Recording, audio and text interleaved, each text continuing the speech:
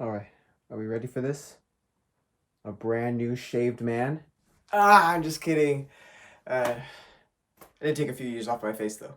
I mean, I can't just do my hair like this. Like, we've been through so much over the years. I mean, I gave my facial hair the finger, but like, come on. Cue the poorly drawn intro and let's do this thing. Ayo, and welcome to another episode of Drew's News Live, the coolest show on YouTube breaking down dining, robotic, entertainment, world, and sports news all within minutes. As usual, I'm your host, Andrew Alonzo. Be sure to leave a like on the video, comment to let me know how much you hate me, and subscribe if you're new to the channel. Alright, let's get into dining news.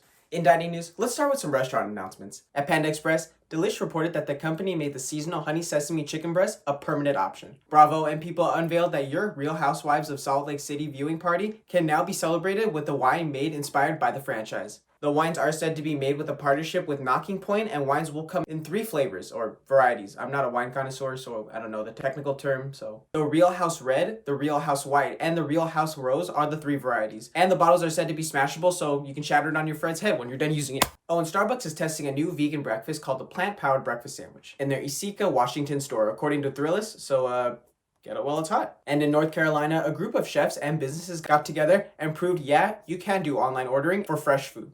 Not like Postmates or Instacart where workers go in and order stuff you pick. No. The power is given back to you essentially from your mobile device.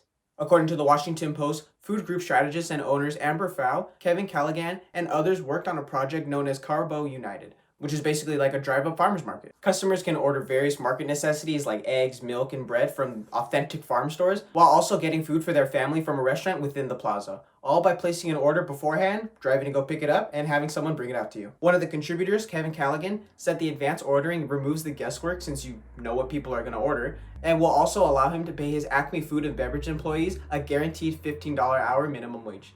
In robotics and tech news, I'll try to make this quick since dining ran a little long. TikTok said they'll be clamping down on hate speech more, following reports the site has a Nazi and white supremacy problem, according to NBC News. According to a blog post, the social media site said they will try to disband coded language and symbols users use to spread and adopt hateful speech. The site will also try to enforce action on content that deals with, talks about, or teeters on the topics of white nationalism and white genocide theory. I had to read this headline a few times, but yes, apparently this company, Mind Labs, wants to be like Peloton for your mental health. While this was just a report that the company raised $1.4 million in startup money, what do? Well, at its basic level, Mind Labs is an app with video classes and an EEG headband which tracks your brain activity, heart rate, and muscle tension according to TechCrunch. Video classes are offered in both pre-recorded and on-demand formats, with lessons helping users cope with anxiety, motivation, and addiction. Other classes include how to deal with stress and anxiety during COVID-19 and how to deal with stress at work. So the whole point of it looks like, TechCrunch points out in their sentence without a period, is that Mind Labs and similar apps look to make mental health wellness a habit. In entertainment news,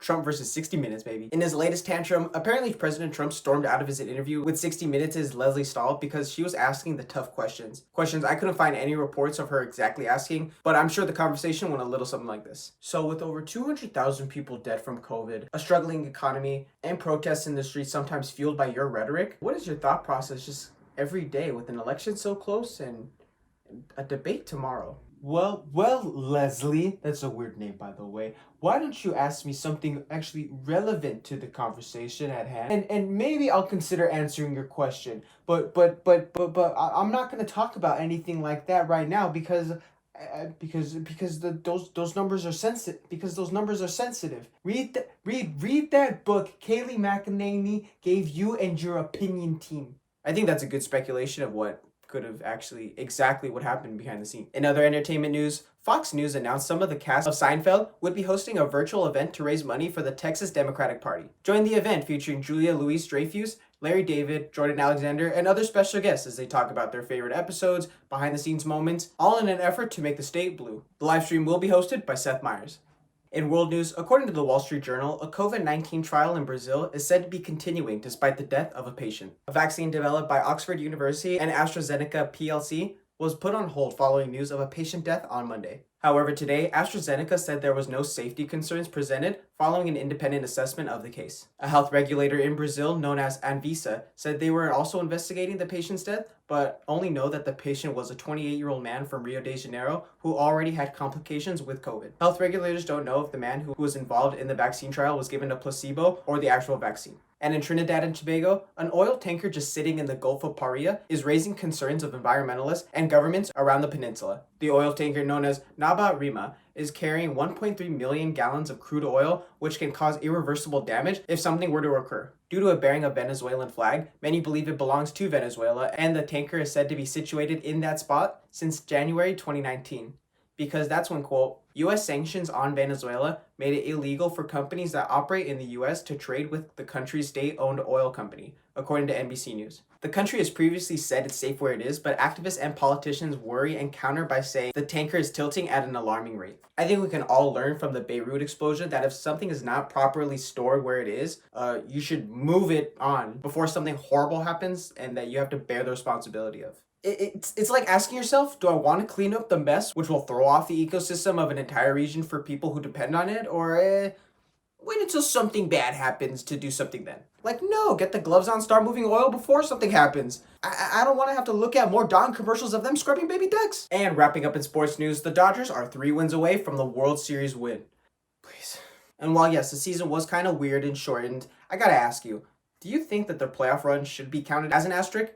Their playoff run. Not the whole season, but their post-game performances starting from the wild card. The playoff format didn't change just this season, and we didn't use any trash cans to get to where we are now. So let me know what you think. Does their playoff run mean the same thing if their season was 160 games? Also, according to Bleacher Report, Odell Beckham Jr. is banned from LSU for 2 years for paying their players money on field after the BCS championship game. Yeah, I get that they're students at the end of the day, and they can't be paying athletes, but like this program, football specifically, brings in so much money. So much money to whatever university it's at. As always, thank you so much for making it to the end of the video. I've been your host, Andrew Alonzo. Be sure to leave a like on the video, leave a comment, and subscribe if you're new to the channel, all for your Drew's News needs. There's a tasty new episode of the Monday podcast up and ready on SoundCloud, so I'll leave a link in the description below. The Drew's News podcast is 18 episodes deep now, so be sure to listen and catch up if you have to do so. Twitter is still the same at Drew's News Live. I tweet and retweet cool stuff, so go follow me there. Journal Portfolio is also where I post all my articles, so follow me there too if you want to be notified of cool articles and stuff. All right, I got a pastrami sandwich calling my name downstairs, so I'll see y'all next time.